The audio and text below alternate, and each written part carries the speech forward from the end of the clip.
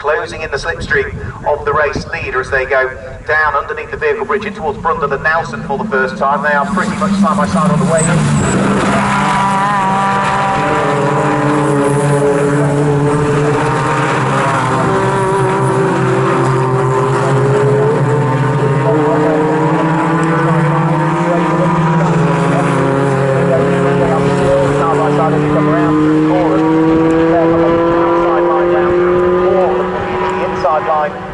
And I think he's going to hang on to the lead of the race here despite the very, very best efforts of James Wallace. Needs to get cleanly off the corner though to prevent losing any straight line speed. And as they come over the start and finish line, I think it is indeed Deacon Fairclough who's a little bit slower off the corner, so that allows James Wallace to pull himself alongside and back into the lead of the race, with James Brickley now also up into third position. He's managed to get past Sid Smith, 4 for the lead of the race. Fantastic stuff. Alex Lee sitting there in 5th place, and then quite a gap back already to 6th place, which is going to be the car of Jake Triggs, who sits there in 5th position. But the top 4, nothing to choose between them, so close to racing. Bearing in mind these guys are only between 14 and 17 years of age, not old enough to drive on the road as yet, but fantastic racing from them all. Nice and clean, nice and close, changes of position, and they're all still there to tell the tale as well, and they're all pretty much nose to tail as they head through the left-hander Palmer and back into our side once more. It is going to be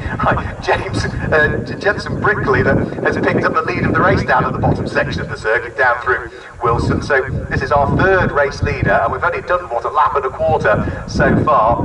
It is now going to be Deacon Fairclough that's in 2nd position, but is a little bit slow coming out of Agostini. And is that going to allow James Wallace to sneak his way back through? Well, James is having a good go at it, but is not quite going to be able to do it. And now he needs to close the door to prevent Sid Smith from coming through. Sid Smith, dived up the inside. Bit of a lunge from him. I think the car of James Wallace saw him coming and was just about to turn into the corner and took a bit of steering lock off. And I think there might have been a lightest of touches between the pair of them, but they are all still there, and they are all still battling away as they head down the Bentley Straight for the 2nd time of asking. Jensen Brickley looking to try and make good his escape, particularly if the squabbles continue behind. Jensen did claim a couple of wins in the races that we had down at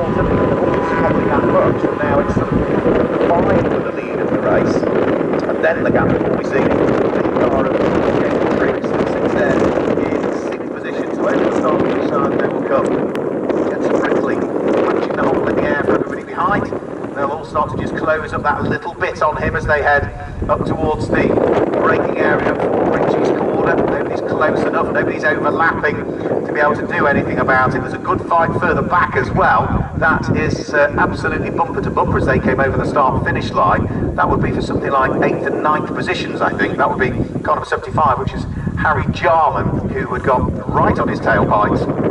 The car of...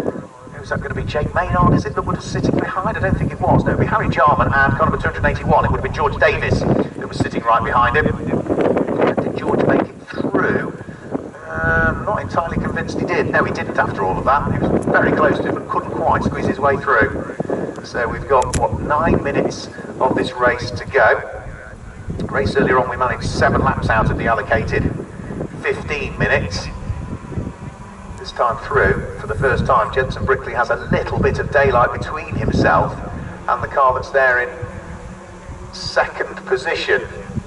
Now we've got a white flag showing, and I'm just wondering what's happened to Deacon Fairclough, because Deacon Fairclough's car I cannot see at the moment, and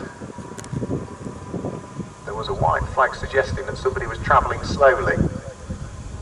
Deacon Fairclough was 2nd place over the start-finish line. New fastest lap of the race going the way of Jensen Brickley that time through. That's for the whereabouts of Deacon Fairclough's car, unless I missed it as it was going through, which is more than a possibility. But I do just fear that I didn't see it. Let's just have a quick look down through Brundle and Nelson.